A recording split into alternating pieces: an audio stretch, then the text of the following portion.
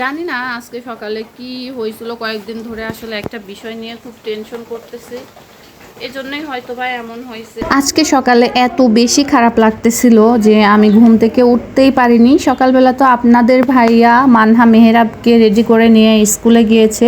তো স্কুল থেকে আসার পরেও সে দেখতেছে যে আমি এখনো পর্যন্ত উঠি নাই। তো আমাকে বলতেছে যে কি হয়েছে, তো বললাম খুব খারাপ লাগতেছে। আসলে কয়েকদিন ধরে একটা বিষয় নিয়ে খুব টেনশনে আছি, এজন্যই হয়তো বা। আর যেহেতু আমি কয়েকদিন আগেও অনেক বেশি অসুস্থ ছিলাম, হসপিটালে ভর্তি ছিলাম, সব কিছু মিলায়ে আর কি একটা প্রতিক্রিয়া সৃষ্টি হয়েছে। তো সে নিজেই বলল যে তাহলে রান্না বান্না তো শুরু করনি, করার দরকার নেই, আমি বাইরে থেকে আসার সময় কিছু নিয়ে আসবো খাবার। মেহেরাব তো প্রাইভেটে গিয়েছিল, প্রাইভেট থেকে স্কুলে যায়। তো ওখান থেকে স্কুলে যাওয়ার সময়ে ওকে হোটেল থেকে পরোটা খাওয়ায় নিয়ে গেছে, আর আসার সময় এই যে আমাদের 3 জনের জন্য পরোটা আর ডাল নিয়ে চলে আসছে। তো এখন আমি উঠলাম মাত্রই ঘুম থেকে, উঠে ঘুম আসি নাই, মানে ঘুম হচ্ছিল না, বাট বিছনা থেকে উঠতে ইচ্ছা করতেছিল না, এমন একটা পরিস্থিতির সৃষ্টি হয়েছে। হ্যাঁ, তো মানহা স্কুল থেকে আসলো, আসার পরে এখন আমি উঠলাম, উঠে মুখ হাত ধুয়ে নিলাম, আর এই যে প্লেট বাটি নিয়ে আসলাম আবার রান্নাঘর থেকে। তো এখন আমি পরোটাগুলো বের করলাম, ডালটা বের করলাম, এখন মানহাকে একটু খাওয়াই দিব, কারণ সেও তো প্রায় 2 ঘন্টা মতো স্কুল করে আসলো, সেই ভোর সকাল 6টায় উঠে ঘুম থেকে। আর এই যে এখন 9টা, 9:30 বাজে বাসায় আসলো, মানে যাওয়া আসা দিয়ে 3 ঘন্টা 3.5 ঘন্টা লেগেই যায়। তো বাচ্চা মানুষ এমনিতেই তো সকালবেলা ঘুম থেকে উঠতে চায় না, তার উপরে এতক্ষণ টাইম না খেয়ে থাকে। তো টিফিনও দিতে চাই, বাট টিফিন স্কুল থেকে দিতে দেয় না, ওই সকালবেলা কিছু একটা খেয়ে যায় স্কুলে। আসসালামু আলাইকুম, সবাইকে কেমন আছেন সবাই? আশা করি সবাই অনেক অনেক বেশি ভালো আছেন। তো এই তো সকালবেলা থেকে আজকের ব্লগটা শুরু করতেছি। কয়েকদিন ধরে আবহাওয়াটা ভালোই ছিল, বাট আজকে আবার বৃষ্টি শুরু হয়েছে। তো বৃষ্টি আসলে আমাদের এই উঠানটা এত পরিমাণে পিছলা হয়ে যায়, উঠান দিয়ে আসলে কি বলবো, উঠান দিয়ে হেঁটে হেঁটে ওই আমার রান্নাঘর, ওই যে এটা আমার রান্নাঘর, আর ওইদিকে কলপার। তো বৃষ্টি কখন আসছে আমি অবশ্য ঘুমিয়েছিলাম, আমি টের পাই নাই। তো ওই যে লুঙ্গি যেসব কাপড় ছিল সব কিন্তু ভিজে গেছে। আর এই যে আমার কি বানিয়েছো, ঘরে যাব, কি বানিয়েছো? মানহা কিছু একটা বানাইছে, তো এটা কি বানাইছো নিচে? হাই আল্লাহ,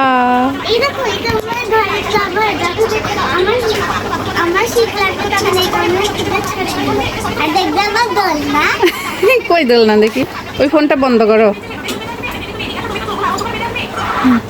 কি বানাইছো এটা? এই যে মায়েরাকে ঘুম পাড়ায় রাখছে, দেখেন ফ্লোরের উপরে আমার ওড়না পাচ্ছে, আমার ওড়না আবার আমি খুঁজে পাচ্ছি না, এই যে ওনার আবার দোলনা সেলাই মেশিনের উপরে। আচ্ছা যাই হোক, তো অনেক দিন ধরে কাপড় চোপড় ধোয়া হয় না, বাথরুমের মধ্যে তো আরও অনেক কাপড় আছে। হ্যাঁ, তো আমি কিছু পাতলা পাতলা কাপড়, প্লেট ওই যে ওখানে আছে, ওই দেখো নিচে, একদম নিচেরটা লাও, নাহলে বাবারটা লাও, ধুয়ে লাও ওখান থেকে।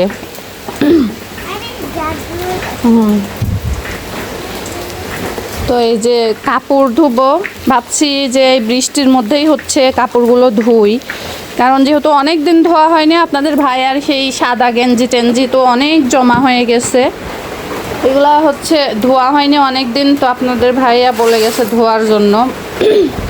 আর এই যে এখানে লুঙ্গি ম্যানের লুঙ্গি তো ভিজে গেছে, লুঙ্গি 2টা ওয়াশিং মেশিনের মধ্যে দিয়ে দেব।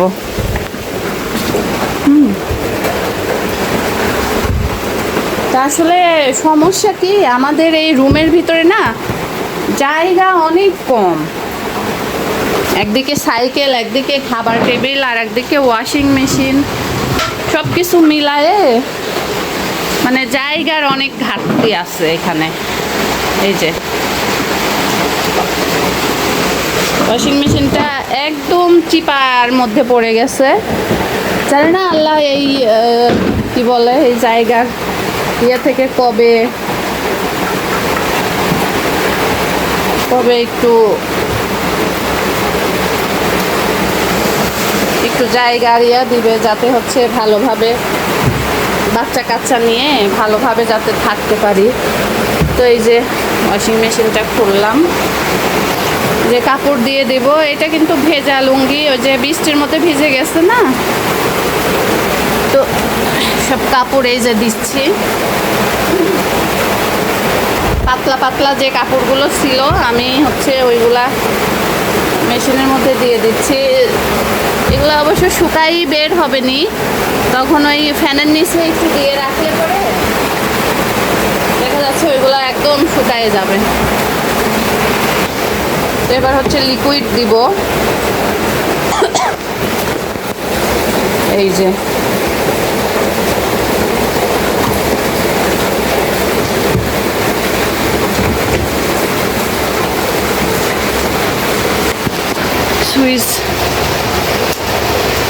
সুইচ দিলাম। ওখানে আবার পানির লাইন দেওয়াই আছে, তো এই যে পাওয়ার বাটন অন করে দিচ্ছি। এখন আমি হচ্ছে টাইম সেট করে দেব। এখানে 1 ঘন্টা 2 মিনিট আছে, তো আমার আসলে লাগবে না, যেহেতু আমি পাতলা কাপড় দিচ্ছি। আমি প্রোগ্রাম বাটনে করে এই যে কুইক অপশনে দিয়ে এখানে রেঞ্জ 2 দিয়ে দিব, তাহলে আমার টাইমটা কম লাগবে আর হচ্ছে পরিষ্কারও ভালোই হবে। যেহেতু অল্প কাপড় দিচ্ছি, আশা করা যায় অনেক ভালো পরিষ্কার হবে। তো এই যে এবার আমি হচ্ছে অটো দিয়ে এই যে শুরু হয়ে গেছে কাঁচা। আর এদিকে রান্নাঘরের অবস্থা তো করুন। এই যে কালকে ভুড়ি রান্না করছিলাম। আচ্ছা, ভ্যানে থেকে আনতে নিষেধ করবো না। তো এই যে ভুড়িটা আবার এখন একটু দেখি গরম করে রাখি। হ্যাঁ, সকালে আমি তো রান্না করি নাই আজকে সকালে খুব খারাপ লাগতেছিল শরীরটা। তো আপনাদের ভাইয়াকে আবার বললাম যে বাইরে থেকে কিছু নাস্তা নিয়ে আসতে, তো পরেটা নিয়ে আসছিল। এই যে ভুড়িটা গরম করে রাখি, গরম না করলে আবার নষ্ট হয়ে যাইতে পারে। আর গরুর মাংস রান্না করছিলাম, ওইটা র্যাকের মধ্যে আছে। এই যে গরুর মাংস, এটাকেও গরম করে রাখবো, নাহলে আবার নষ্ট হয়ে যেতে পারে। জানি না আজকে সকালে কি হয়েছিল, কয়েকদিন ধরে আসলে একটা বিষয় নিয়ে খুব টেনশন করতেছি। এজন্যই হয়তো বা এমন হয়েছে, মানে শরীর এত পরিমাণে দুর্বল লাগতেছে কি বলবো, মানে হাতে পায়ে আমি শক্তি পাচ্ছিলাম না। হ্যাঁ, তো যাই হোক, আমার রান্নাঘর কিন্তু খুব একটা পরিষ্কার থাকে না, সব কিছু গোছানো থাকে না।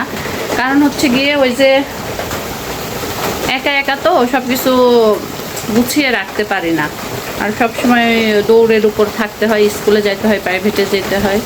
আর আমি যেহেতু আমার কোনো হেল্পিং হ্যান্ড নাই, এই কারণে আর কি। তো এখন আবার তো দুপুরের টাইম, রান্নার টাইম, তো এখন হচ্ছে 11:30 বাজে। তো ভাবতেছি যে শুধু ভাতই রান্না করব, আর হচ্ছে কিছু একটা ভর্তা দেবো। ওই দিনকে আপনাদের ভাইয়া কলা আনছিল, তো কলাও আছে, তো ভাবতেছি যে কলা হচ্ছে ভর্তা করব। আর এই যে এখানে ভুড়ি আছে, গরুর মাংস আছে, এগুলো দিয়ে দুপুরে আমাদের ভালোভাবে খাওয়া হয়ে যাবে ইনশাল্লাহ।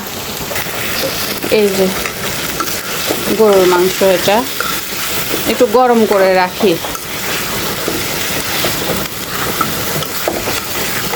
আর এই যে এই পাশে হচ্ছে ভুড়ি আছে, এই যে